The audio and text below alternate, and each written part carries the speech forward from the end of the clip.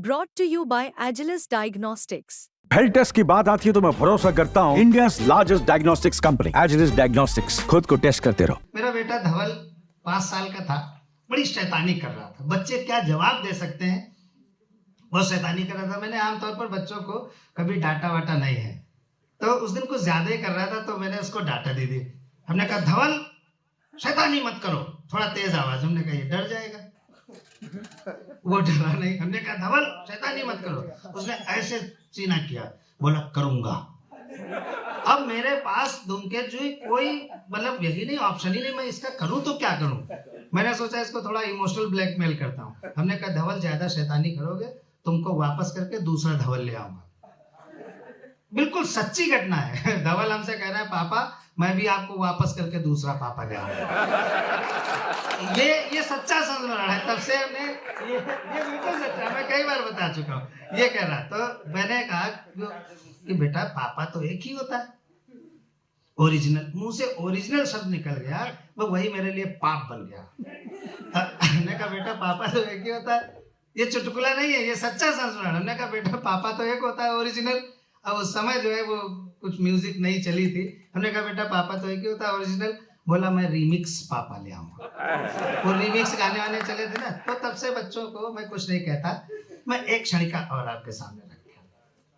हम अपने मित्र नेताजी के घर गए। हम अपने मित्र नेताजी के घर गए, देखा नेताजी मर गए।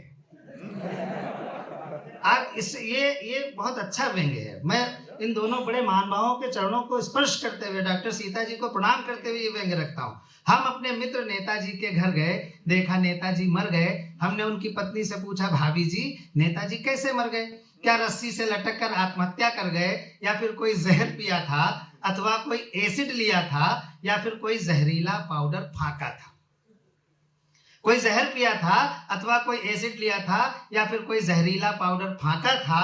वो बोली भाई साहब ना ही ये रस्सी से लटक कर मरे हैं, ना ही कोई जहर पिया था, ना ही कोई एसिड लिया था, ना ही कोई जहरीला पाउडर फाँका था, लेकिन लाख मना करने के बावजूद कल शाम अपने गिरेबान में झाँका।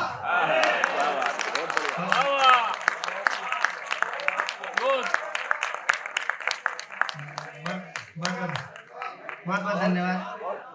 मैं सीता जी का बहुत बड़ा फैन हूँ। मैं ईमानदारी से बता रहा हूँ इनको। अब आप मेरे प्रतिद्वंदी हैं, हमको क्या पता, मैं अपने को बड़ा फैन मानता हूँ। देखिए यही कवि की कवियत्री की सफलता होती है कि उसके प्रशंसकों की संख्या बढ़े। जब वो मंच पर खड़ा हो तो हूटिंग करने वाले कम हो, उसको अप्रिशिएट करने वाले लोग ज्यादा हों। यही कवि की असली पहचान है।